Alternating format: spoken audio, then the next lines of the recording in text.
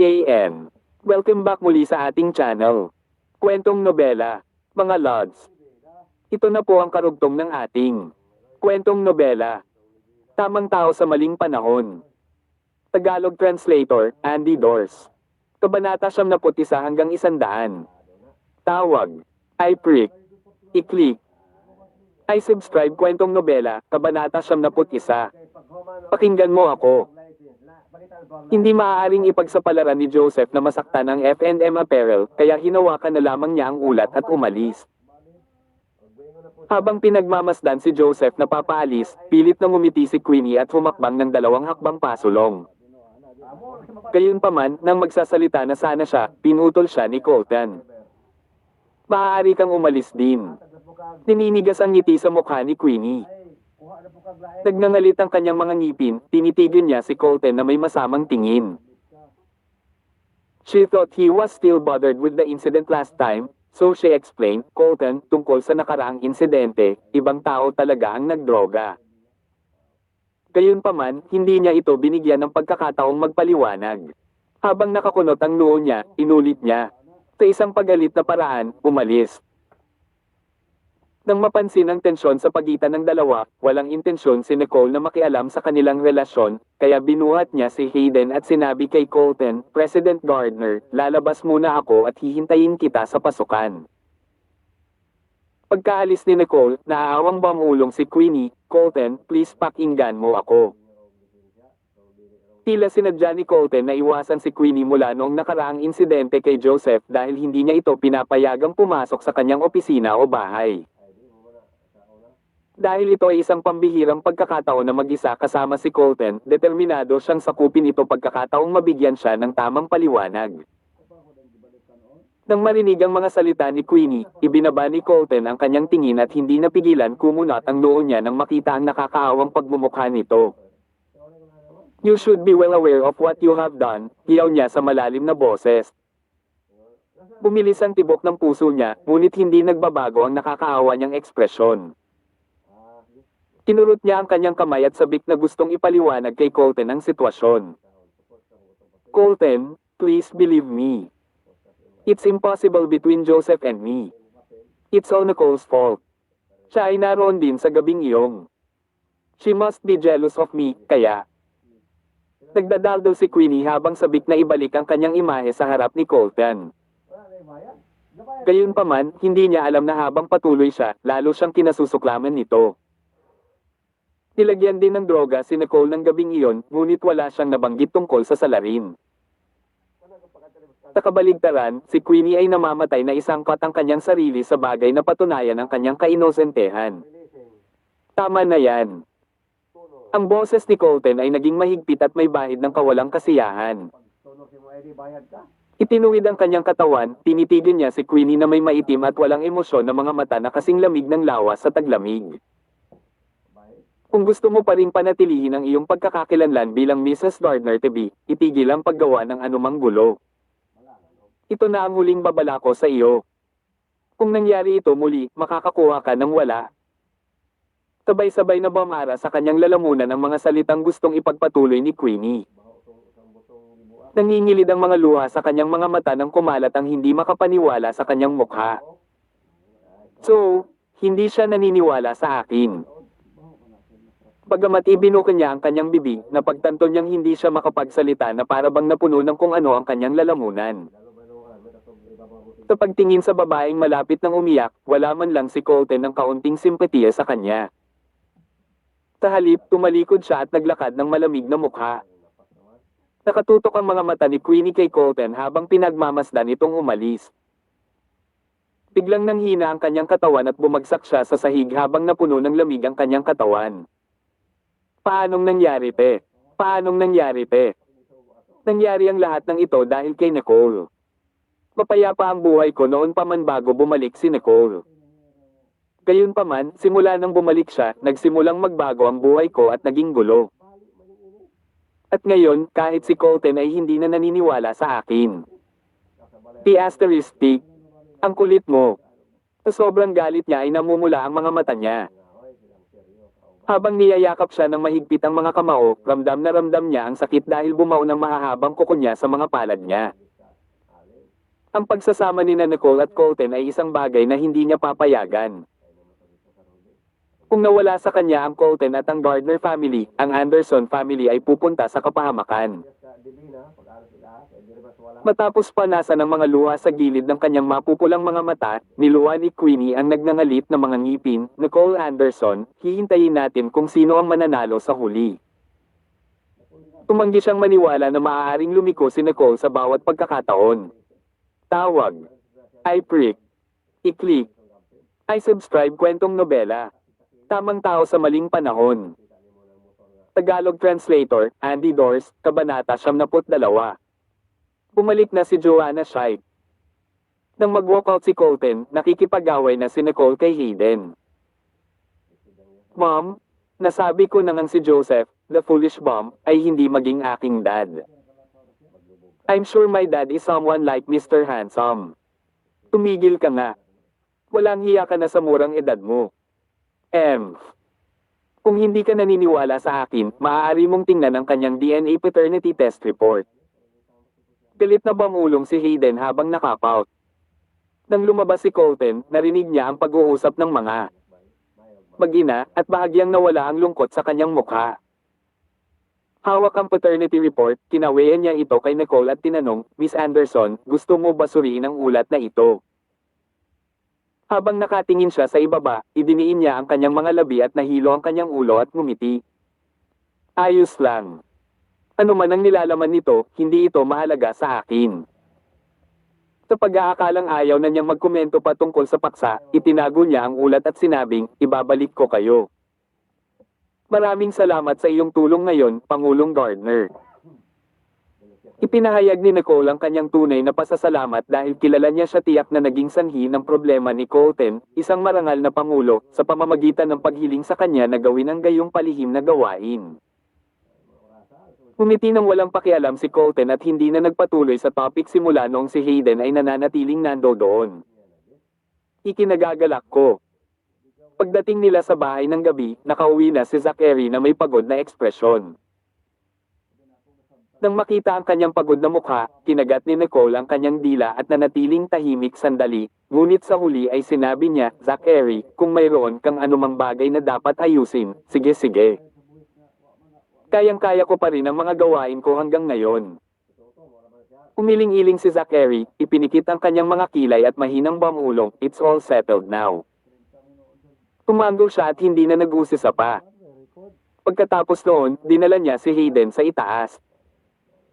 Pagdating niya sa opisina kinabukasan, napansin ni Nicole na ang orihinal na tahimik na departamento ng disenyo ay mas masigla at nakarinig pa nga ng mga nagbubulungan nang pumasok siya. Gayunpaman, tumigil ang mga bulungan ilang sandali pagkatapos niyang pumasok. Hindi na siya nagulat dito dahil na-transfer na siya mula sa F&M Apparel at itinuring pa rin siya ng staff bilang outsider. Pagkapasok niya sa kwarto niya ay sinundan siya ni Scarlett. Miss Nicole, bumalik na si Director Scheidt, mahinang boses na sabi ni Scarlett. Kahit na siya ay isang empleyado ng Gardner Corporation, siya ay nagtatrabaho sa ilalim ni Nicole mula nang sumali sa kumpanya. Samantala, si Nicole ay protection sa kanyang nasasakupan at pinakitunguhan ng mabuti si Scarlett. You mean Joanna Scheidt? Nagtaas ng kilay si Nicole at nagtanong. Narinig niya ang ganoong pangalan mula kay Queenie noong una siyang dumating sa Gardner Corporation. Oo. Tumango si Scarlett. Mukhang nag-aalangan, nagsalita pa rin siya pagkaraan ng ilang sandali. Miss Nicole, about this. I heard from colleagues that Sabrina is exceptionally close to Joanna and was fired from Gardner Corporation. Alam ni Nicole ang gustong sabihin ni Scarlett. Inangat niya ang kanyang ulo para tingnan ng maingat na binibini sa kanyang harapan na halatang nasa gilid niya sa kabila ng mahiyaing hitsura. Matapos magbigay ng walang pakialam ng ngiti, tumango si Nicole. I see. Sige. Laging may solusyon sa isang problema. Hindi siya posibleng magdeklare ng digmaan sa sandaling bumalik siya. Nang makita ang confident ng ngiti ni Nicole, nakahinga ng maluwag si Scarlett. May chismis sa design department na si Nicole ang nagpal-AS kay Sabrina sa kumpanya at tiyak na tuturuan ng leksyon ni Joanna si Nicole sa kanyang pagbabalik. Gayunpaman, sa paghusga mula sa kalmadong hitsura ni Nicole, naisip ni Scarlett na siya ay may pinaghandaan. Sige. Have a good day, Miss Nicole. I shall excuse myself first. Biglang may kumatok sa pinto bandang 10 a.m. Simula nang magtrabaho si Nicole dito, walang pumasok sa opisina niya maliban kay Scarlett. Nang makitang hindi nakapasok sa silid ang bisita makalipas ang ilang sandali, tinanong ni Nicole na ito ay ang Joanna Scheidt na pinag-uusapan ng lahat. Sa katunayan, hindi nakita ni Nicole na kakaiba ang pangalan ni Joanna. Hindi lang si Joanna ang kilalang designer sa bansa, estudyante rin siya ni Master Engler. Bilang ganoon, naisip niya na magiging kahangahangang magkaroon ng pagkakataong magkita sila ni Joanna. Pasok po kayo. Pagkasabi noon ni Nicole ay bumukas ang pinto at tumambad ang isang matangkad na babae na papasok. Ang babae ay nakasuot ng light-colored one-piece dress habang ang buhok nito ay hanggang balikat. Sa kanyang pinakamahusay na pampaganda, gumawa siya ng unang impresyon ng kahinahunan at kakisigan at tila hindi isang taong dumating upang maghanap ng gulo. Ikaw dapat si MS Lisa. Bumaba ang tingin ng babae kay Nicole nang makapasok siya sa silid habang sarap sa tenga ang mainit niyang boses na parang simoy ng tagsibol. Isang magalang na Nicole ang tumayo at tumango. Oo, pwede mo akong tawaging Nicole. Hi, Nicole. Ako si Joanna Scheidt, ang design director ng Gardner Corporation. Tawag. I prick. I-click. I subscribe kwentong nobela. Tamang tao sa maling panahon. Tagalog translator, Andy Dors, Kabanata 73. Nakaharap. I've been looking forward to meet you, Nicole politely said. You flatter me. Ako dapat ang nagsasabi niyan. Hindi lahat ay may pagkakataong makatrabaho ang chief designer mula sa F&M Apparel. Isang nakangiting Joanna ang nagsalita ng napakahusay na halos hindi na makahanap ng anumang mali sa kanya. Hindi naman. Ang pakikipagtulungan sa pagkakataong ito ay isang bilateral na kasunduan sa pagitan ng F&M Apparel at Gardner Corporation. Sagot ng isang hamak na Nicole. By the way, napahinto si Joanna out of the blue at inangat ang ulo para tingnan si Nicole habang bahagyang napawi ang ngiti niya. Nabalitaan ko na natanggal si Sabrina sa Gardner Corporation dahil nasaktan kanya. Sa wakas ay napunta si Joanna sa pangunahing punto pagkatapos ng paghampas sa paligid ng Bosch. Hindi na rin umiwas si Nicole sa topic nang sinalubong niya ang tingin ni Joanna at sumagot, hindi ko sasabihin ay nasaktan. Buti na lang malaki ang bibig ng dalaga. May nabilang akong narinig siya at direktang nagreklamo kay Pangulong Gardner. I see. Parang hindi naman totoo ang chismis. Ngumiti si Joanna muli at nagpatuloy sa isang mas mabait na tono, alam kong hindi ka isang taong calculative at maliit, MS Lisa. Paano mo kaya itataboy ang babae sa isang sulok dahil sa maliit na bagay? Malaking bunganga talaga si Sabrina. MS Lisa, if you don't mind, dadalhin ko siya dito para humingi ng tawad sa'yo. Sana mapatawad mo siya.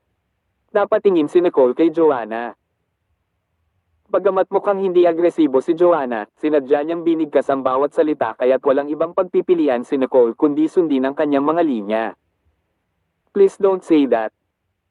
After all, hindi naman ako ang nagpaalis sa kanya, tumango si Joanna at banayad na nagtaas ng kilay. I brought Sabrina into Gardner Corporation, so it can't help that she will side with me and behave toward you.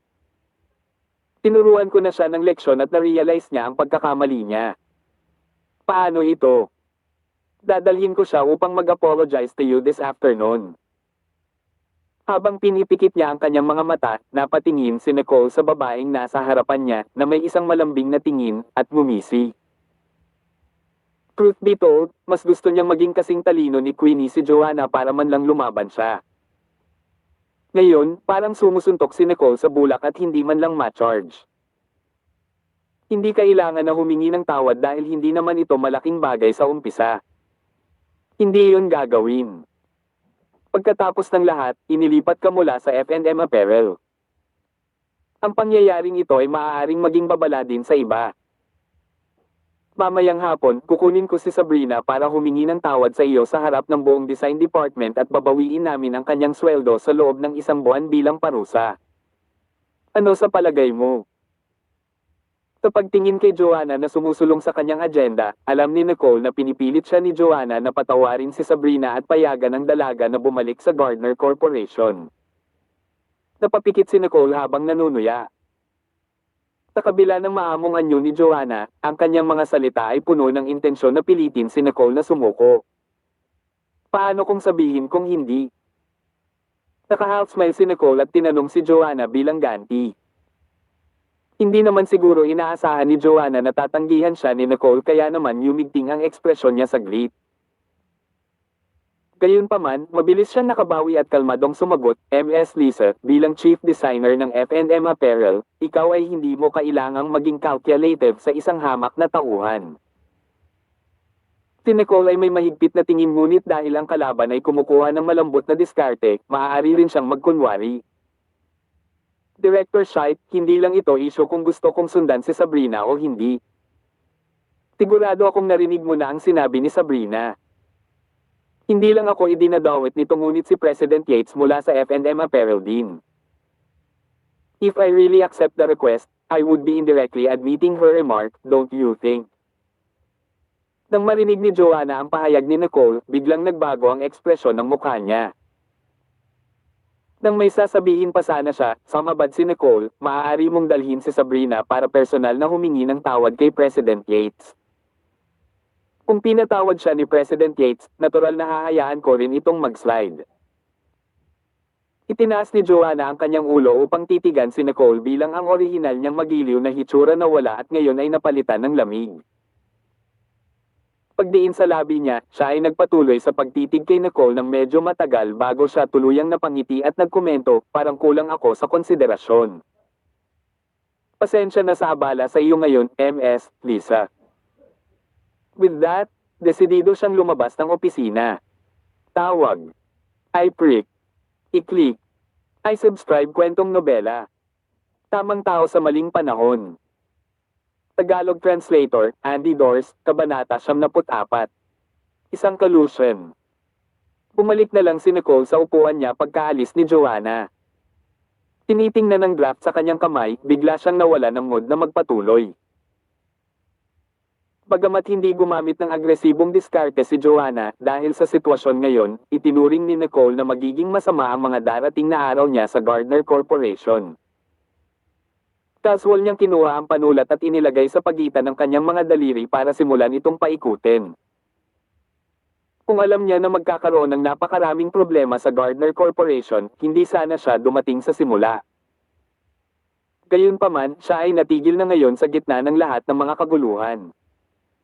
Buong hapon si Nicole sa kanyang opisina. Dahil sa pagbabalik ni Joanna, naging mas masigla ang buong design department at naririnig pa ni Nicole ang mga ingay mula sa labas habang nakaupo siya sa kanyang opisina. Hindi nagtagal, oras na para umalis sa trabaho. Wala sa mood si Nicole na mag-overtime, kaya nag-impake siya ng mga gamit niya at handa nang umalis.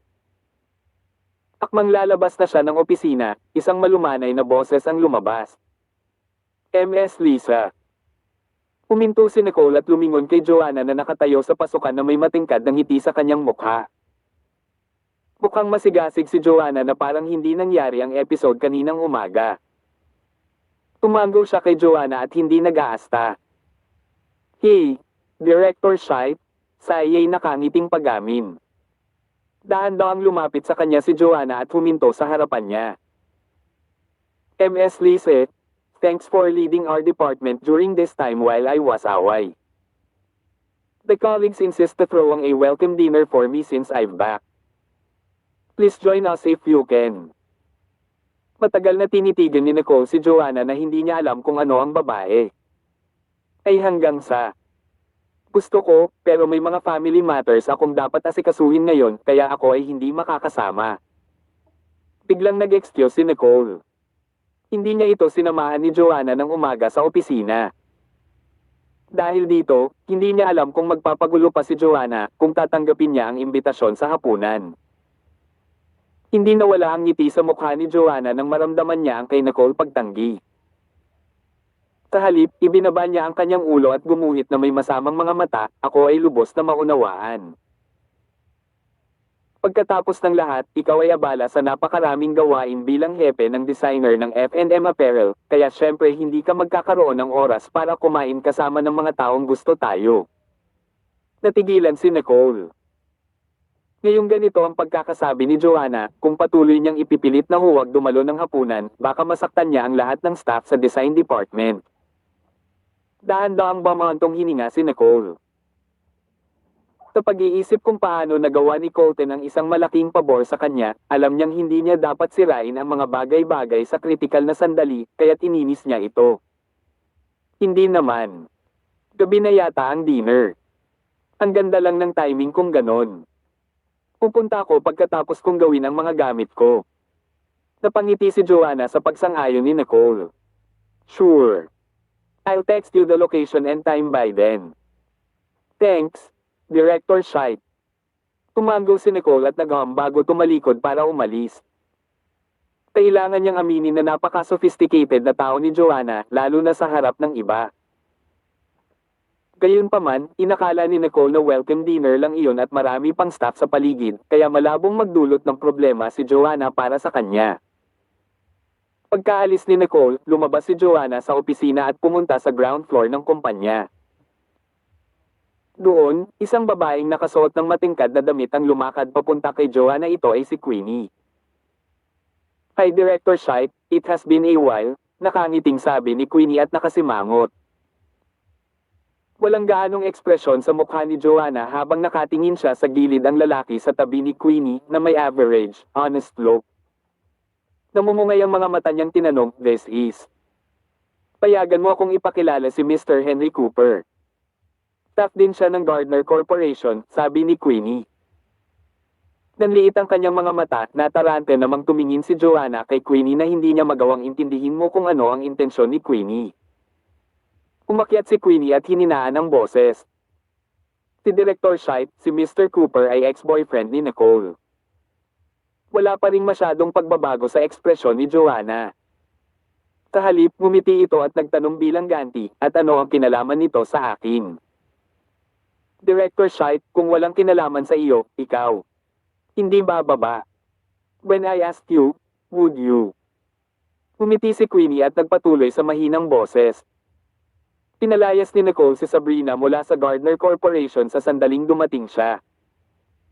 Alam ng lahat sa kumpanya na malapit sa iyo si Sabrina. Bukod dito, siya ay pinaalis dahil naglagay siya ng salita para sa iyo. Hindi ba't kasing ganda ito ng pagpapahiya sa iyo? Nagdilim ang mukha ni Joanna nang marinig ang sinabi ni Queenie. Ang orihinal na dahilan kung bakit niya pinuntahan si Nicole ngayon ay para makipag-ayos sa pagbabalik ni Sabrina, pero si Nicole tumangging pabayaan ang pangyayari. Ano ang iyong intensyon kung gayon? Tinitigan ni Joanna si Queenie at nagtanong. Sa katunayan, halos narinig niya ang tungkol sa mga gawain ng pamilya Anderson at kilala niya ang dalawa. Hindi maganda ang relasyon ng magkapatid. Tawag. I-prick. I-click. I-subscribe kwentong nobela. Tamang tao sa maling panahon. Tagalog Translator, Andy Dors, Kabanata 75. Nabunggo si X. Director Shite, hindi mo ba inimbitahan si Nicole na sumama sa welcome dinner? Dalhin mo siya along and I'll naturally have a way para mapahiya siya ang deklara ng Queenie na may kumpiyansa. Ang totoo, medyo nag-effort siya para matunte ng dating nobyo ni Nicole. Noon, nakipaghiwalay si Nicole kay Henry alang-alang sa pera upang mailigtas ang kanyang ina, kaya naman sigurado si Queenie na nakonsensya si Nicole sa kanya. Sa kabilang banda, si Henry ay talagang isang snob na madaling maimpluwensyahan ng pera, kaya syempre sasamantalahin ni Queenie ang perpektong pagkakataong ito para gamitin siya. Napalingon si Joanna kay Henry at bahagyang kumunot ang noo nang hindi niya ito mahanap ang lalaki na kaakit-akit, at nagtaka siya kung paano nahulog si Nicole sa kanya. Ibig mong sabihin siya. Sumili ang pagkadismaya sa mga mata ni Joanna. Napangisi si Queenie. Director Shite, kailangan mo lang siyang dalhin doon at siya na ang gagawa ng kailangang gawin. Ano man ang kahihinatnan, wala kang gastos, hindi ba? Saglit na nagpabalik-balik si Joanna kina Queenie at Henry. Hindi niya gusto si Nicole, kaya pumayag siya pagkatapos ng ilang sandali. Sige, gagawin ko. Magtiwala ka sa pagkakataong ito. Samantala, mas lalong ngumiti si Queenie nang marinig ang pagtanggap ni Joanna. Nicole, parang ang istorbo mo talaga. Lahat ay laban sa iyo.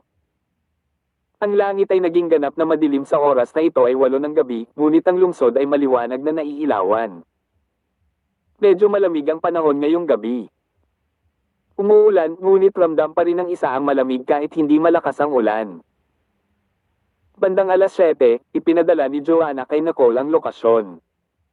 Nasa isang karaoke lounge iyon. Goldwick.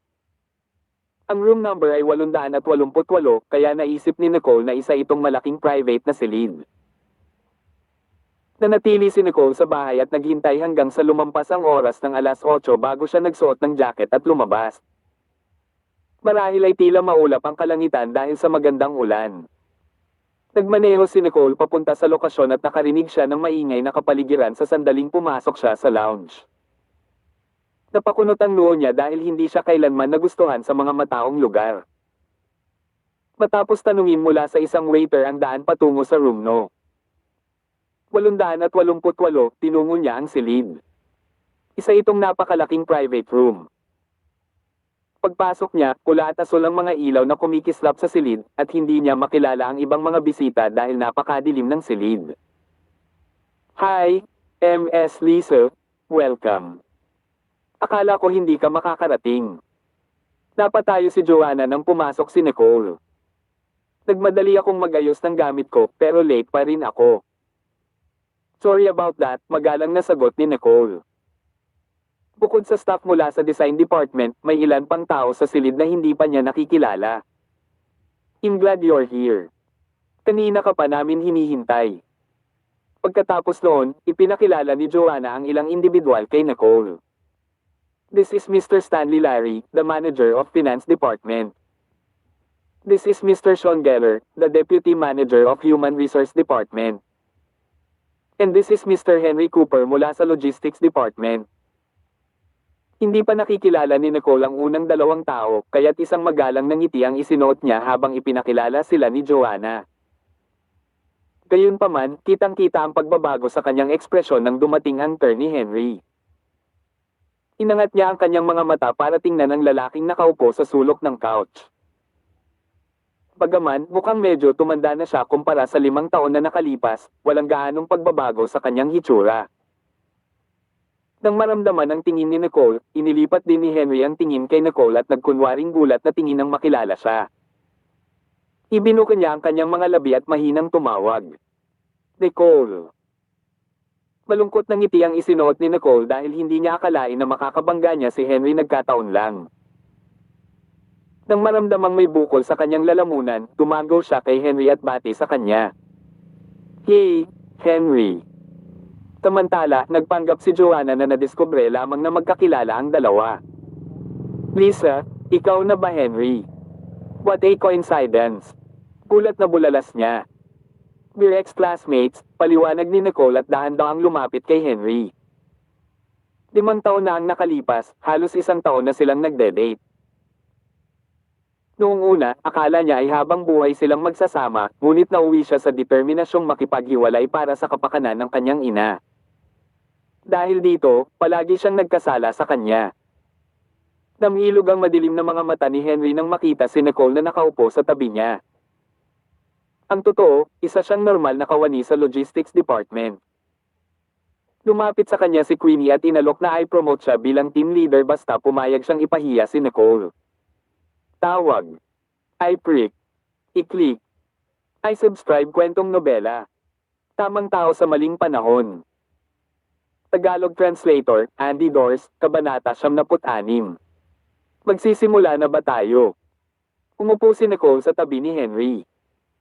Nagsinteray ng lahat sa silid na nagdulot ng medyo sigawan.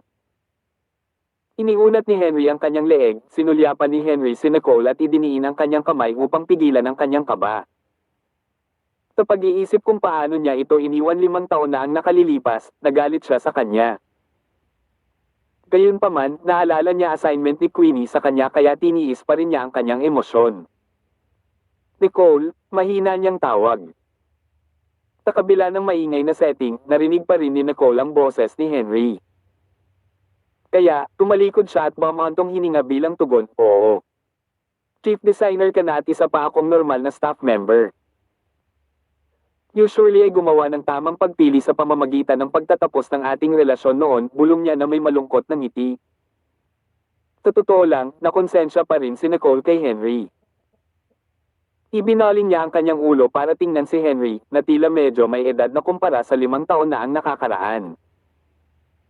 Pinindot niya ang kanyang mga labi, saka siya humikbi, I'm sorry. Hindi alam ni Nicole kung ano pa ang sasabihin, kaya humingi na lang siya ng tawad. Nicole, I just have one question. Nakipaghiwalay ka ba sa akin noon dahil ipinagbili mo ang katawan mo? Hindi masyadong malakas ang boses ni Henry at sa lakas ng tunog ay sapat lang para marinig nila.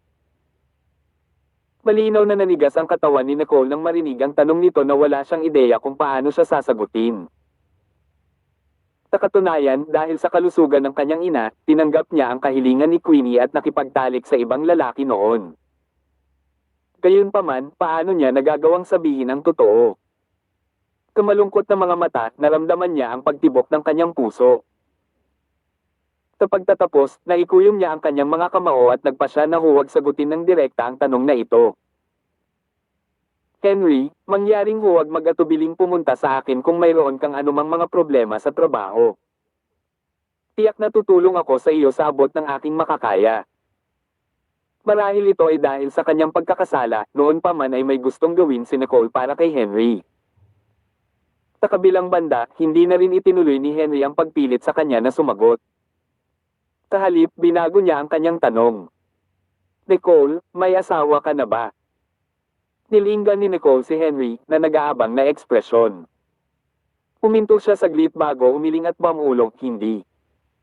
Nang marinig ni Henry ang sagot, kumikinang ang kanyang mga mata sa pag-asa. Nicole, magsisimula na ba tayo? Tanong niya sa agitated na tono. Tinitigan ni Nicole si Henry. 5 taon na ang nakalipas, pareho pa silang estudyante.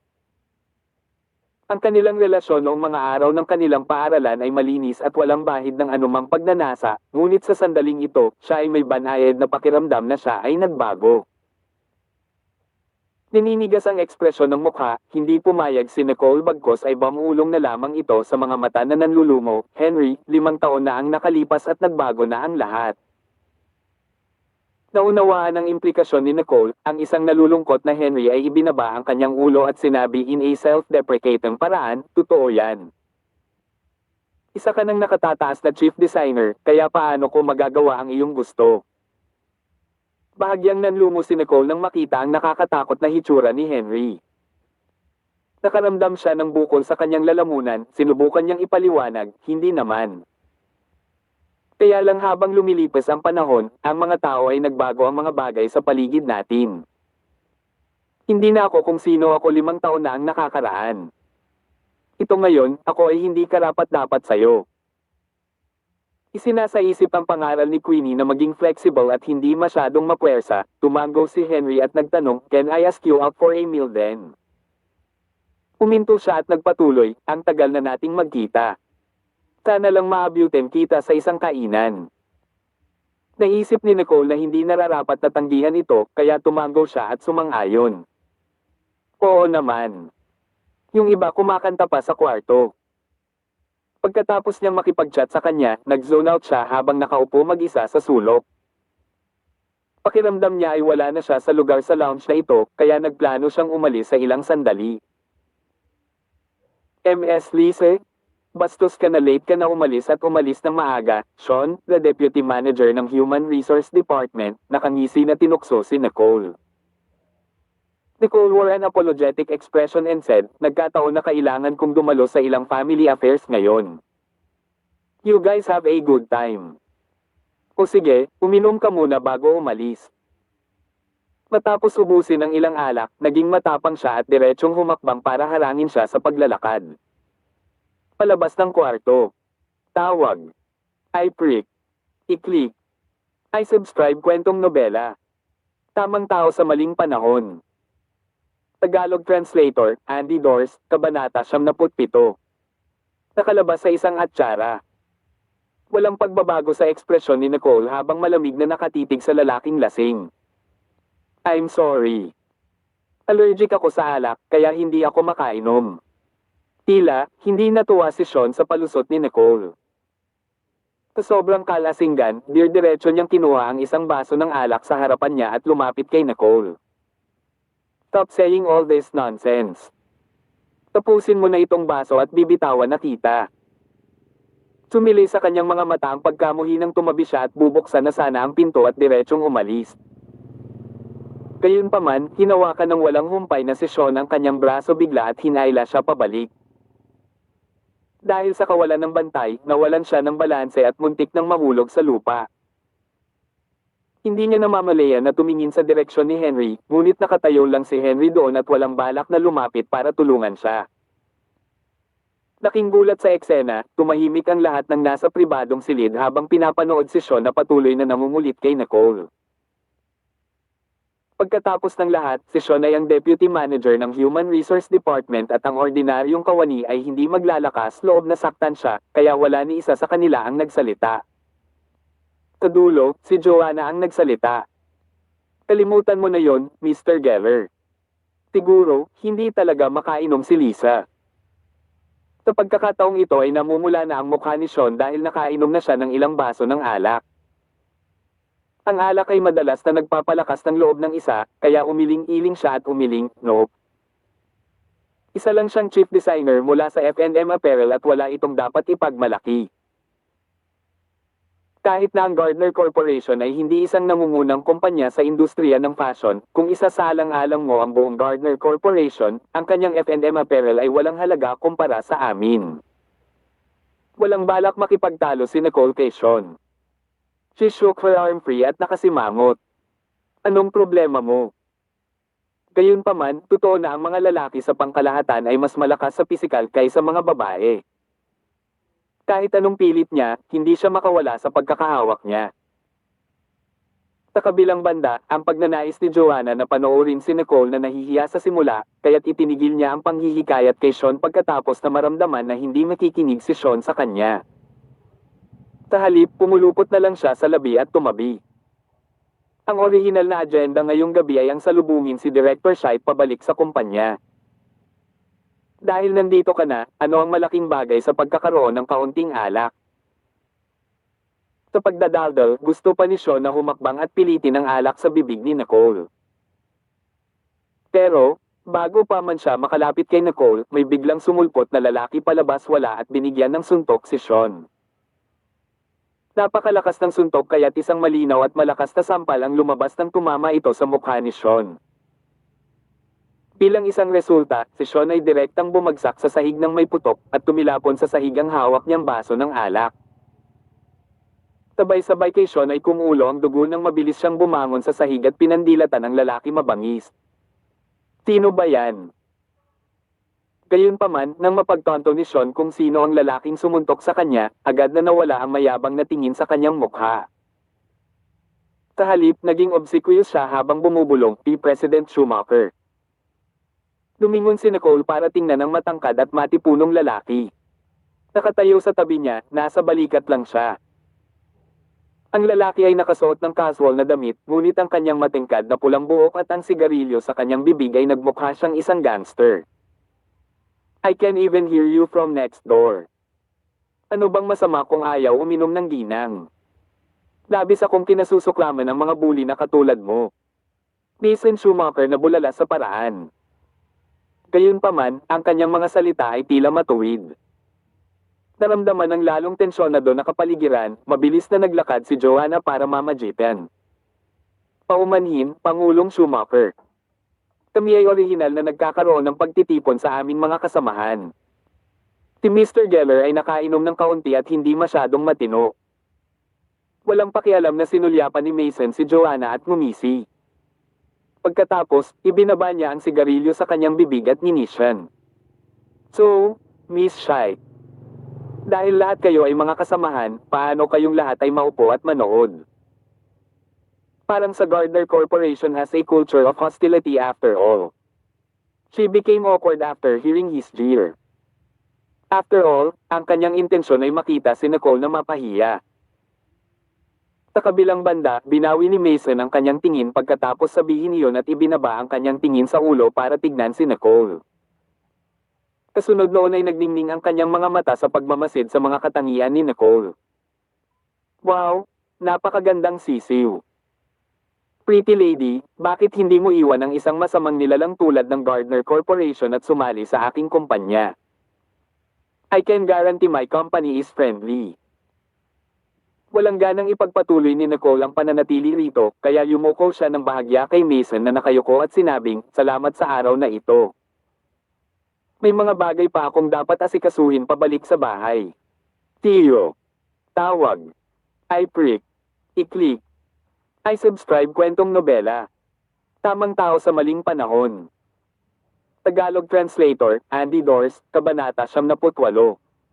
Isang heroic rescue. Pagkatapos noon, mabilis na tumalikod si Nicole para umalis dahil ayaw na niyang manatili sa isang segundo pa sa hotbed na ito ng hindi pagkakaunawaan. Gayunpaman, hindi nagtagal pagkatapos niyang umalis sa pribadong silid, naabutan siya ni Mason. Hoy, pretty lady, ganito ba ang pakikitungo mo sa isang taong nakakuha sa iyo mula sa isang atsara? Siya ay sisigaw habang nagmamadaling umalis. Huminto si Nicole at lumingon kay Mason. Kanina sa kwarto, wala siyang malinaw na pinagmamasdan ang kanyang hitsura. Ngayon lang sila nakalabas ng kwarto para mas maliwanag na koridor ang napagtanto niya na isa pala itong gwapong lalaki. Bukod sa malaraskal na ngiti sa kanyang mukha, may bahid ng kabangisan sa kanyang mukha na nakakaakit sa mga mata. Hawak ang sigarilyo sa pagitan ng kanyang mga daliri at ang matingkad na pulang buhok, nagbigay siya ng unang impresyon ng isang magandang gangster.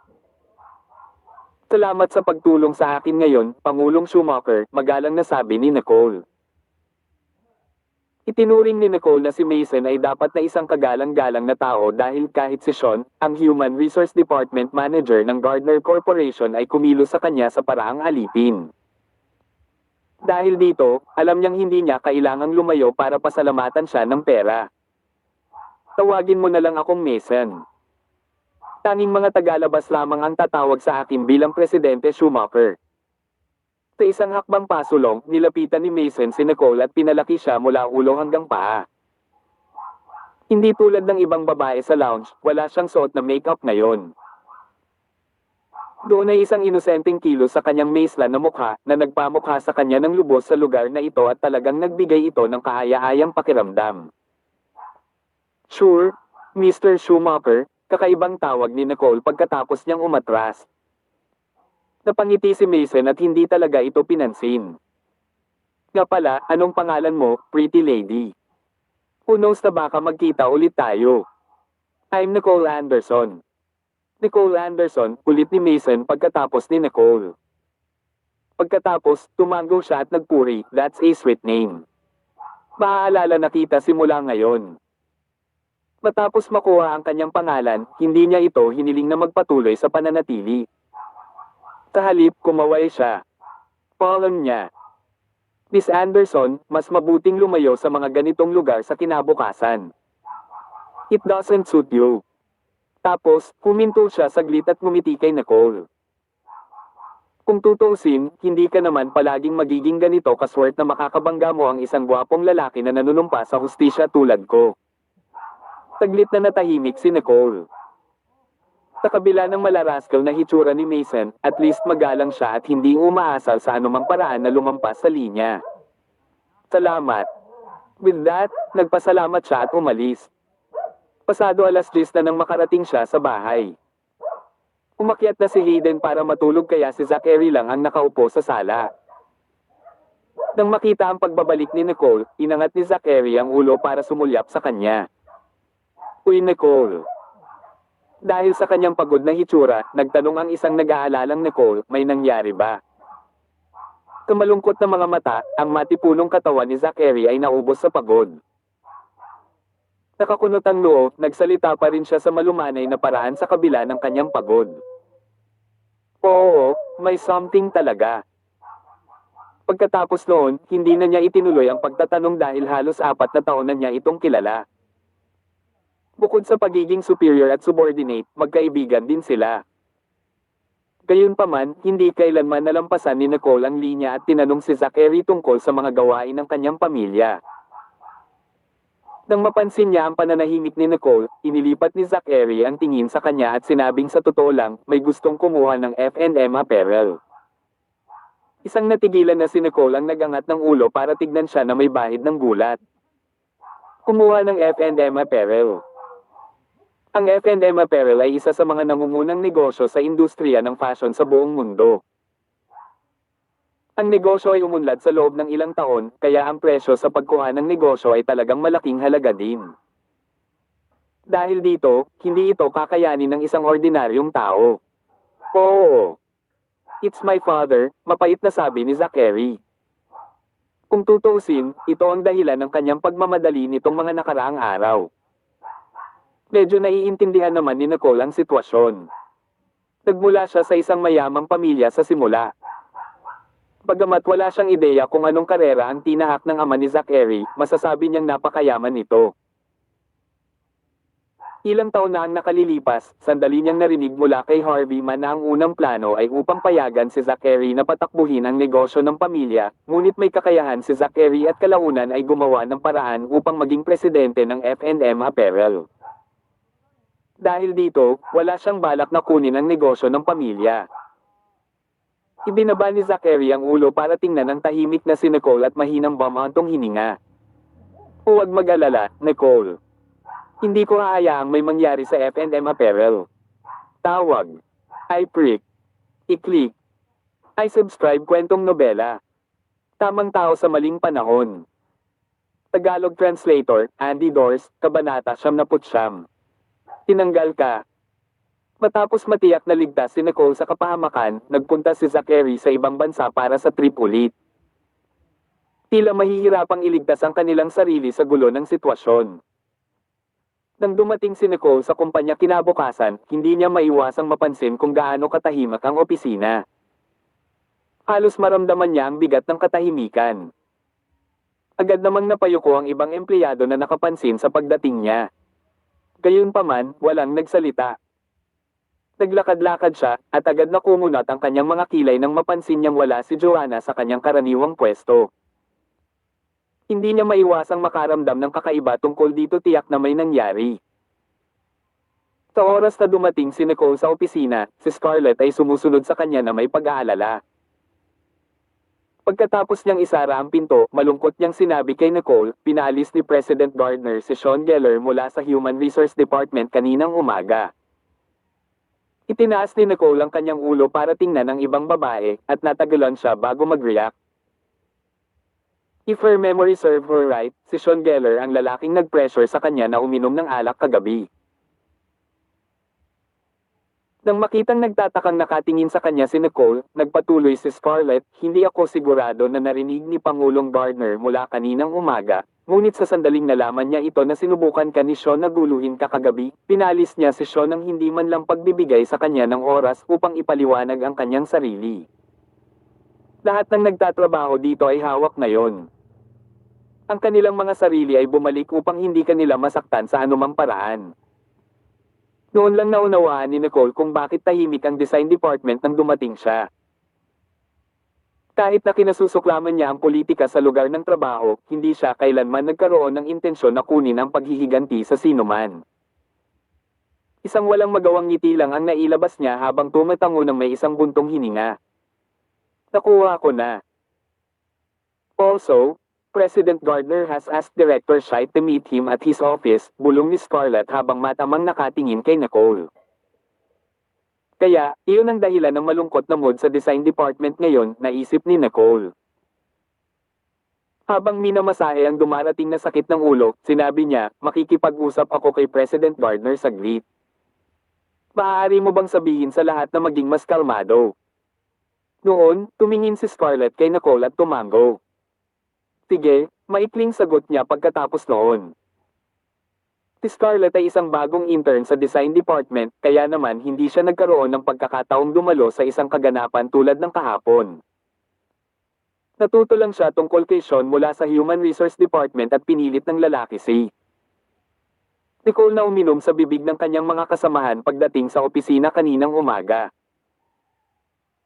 Para kay Nicole na magkaproblema sina Sabrina at Sean sa lalong madaling panahon pagkatapos niyang magsimulang magtrabaho doon, natural lang na matakot ang ibang mga kasamahan na masangkot pa sa kanya. Sila ang susunod na pupunta kung maling galaw sila. Gayunpaman, bilang isang taong nagtatrabaho sa tabi ni Nicole, alam ni Scarlett na si Nicole ay hindi isang taong hahanap ng mali sa iba sa mga bagay na walang kabuluhan. Ang dalawang natanggal sa trabaho marahil ay nararapat sa kanilang parusa.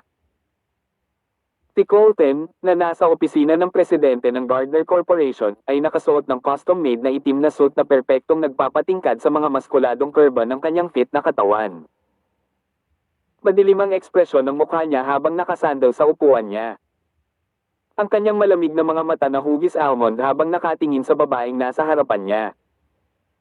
Ang Gardner Corporation ay nakikipagtulungan kay Lisa. Hindi siya nagtatrabaho sa ilalim mo. Ilang metro lang ang layo sa kanya ni Joanna na nakapikit ang mga mata.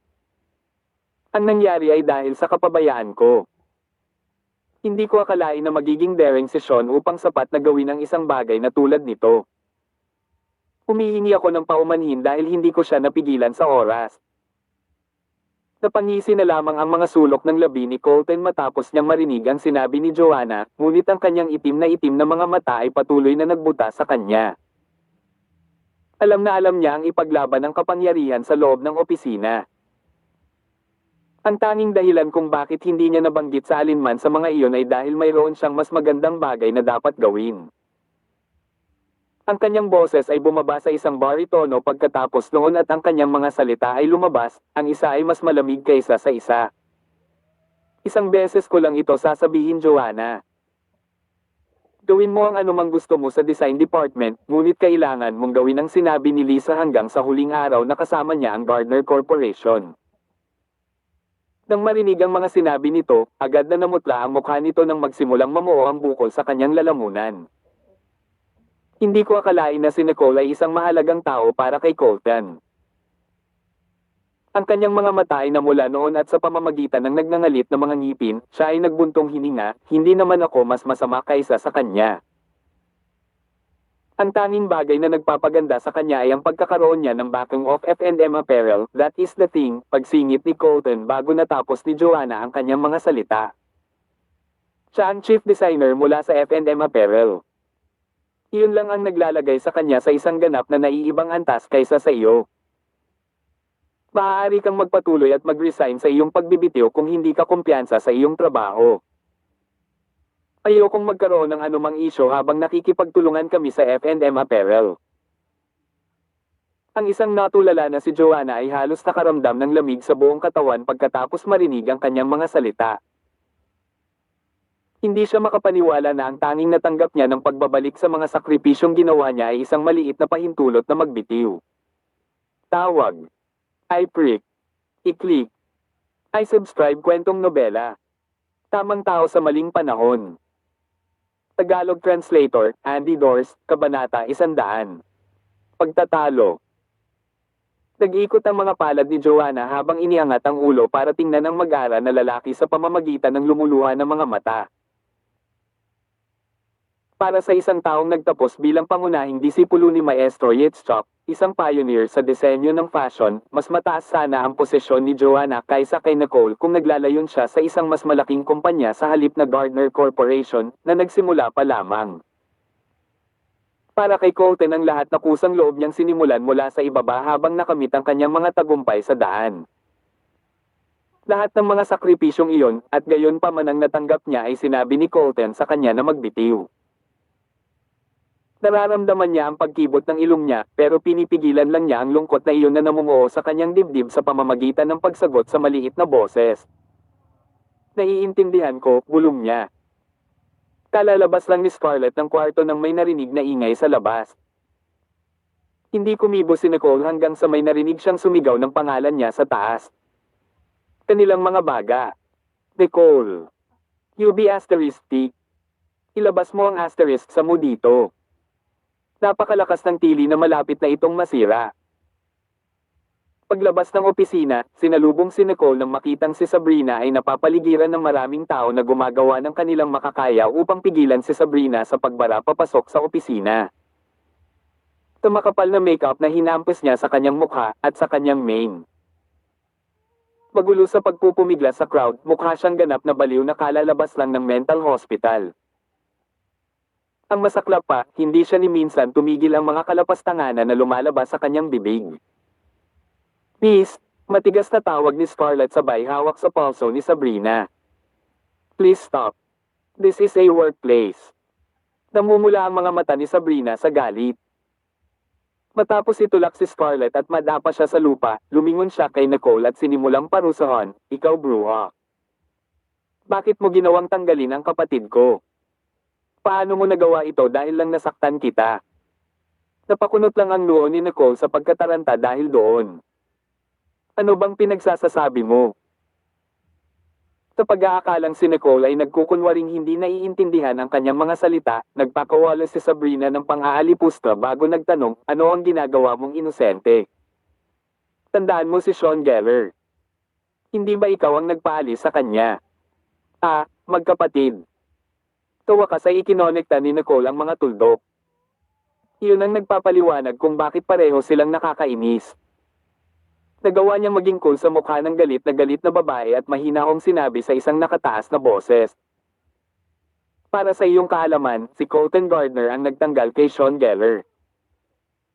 Pumunta ka sa opisina ng presidente kung gusto mong humanap ng tahol. Bakit mo pa ako pinuntahan? I'm sure ikaw ang nakipag-usap sa presidente. Biglang namula ang mukha ni Sabrina habang sinisigawan niya si Nicole ng kahit anong kalokohan. Nicole, UB asterisk. Alam ng lahat na interesado sa iyo si President Yates ng F&M Apparel. Huwag kang magpanggap na hindi iyon ang dahilan kung bakit ka naging chief designer. Bahagyang bumagsak ang ekspresyon ni Nicole nang lumabas ang mga katagang iyon sa mga labi ni Sabrina. Isang bakas ng galit at nagsimulang magpakita sa kanyang magandang mukha. Ramdam ni Sabrina na bumangon ang kanyang loob nang makita ang maasim na ekspresyon sa mukha ni Nicole. Sa pag-aakalang nagawa niyang sandutin ang masakit na bahagi ni Nicole, masigasig niyang ipinagpatuloy ang kanyang walang ginagawang pagsasalita. Dapat ay mayroon kang napakahusay na pamamaraan sa kama na nagantimpalaan ka para sa iyong mga serbisyo. Iyon ay kung paano ka nabuntis, at nang maglaon ay ipinanganak ang B*** na sanggol na iyon 5 taon na ang nakakaraan. Kailangan mo pang dalhin ang batang iyon kahit saan ka magpunta ngayon. Iniisip ko kung...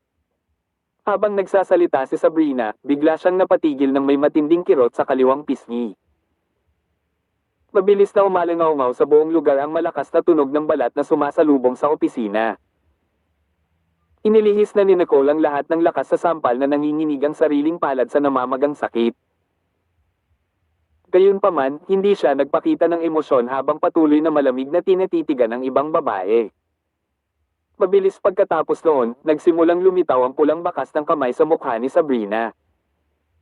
Nagulat si Sabrina kaya napatitig na lang siya kay Nicole na hindi makapaniwala. Hindi niya akalain na tatanggapin siya ni Nicole kapag nagalit. Ikaw, nanginginig ang kanyang mga kamay sa sobrang galit. Pagkatapos na mabawi ang sarili mula sa unang pagkabigla, humakbang siya pasulong habang itinaas ang kanyang kamay sa pagtatangkang bawiin ang sampal. Hindi man lang umabot ang kamay niya nang mahigpit siyang hinawakan ni Nicole bago muling binigyan ng malakas na sampal sa kanang pisngi. Nabulag ng galit, sumugod si Sabrina papunta sa direksyon ni Nicole habang sumisigaw, ikaw F*** Sting Tramp. I'll drag you to hell with me. Salamat sa pagsubaybay mga lods. Abangan lamang po ang kasunod ng ating kwentong nobela. Tamang tao sa maling panahon. Dito sa ating channel Kwentong Nobela.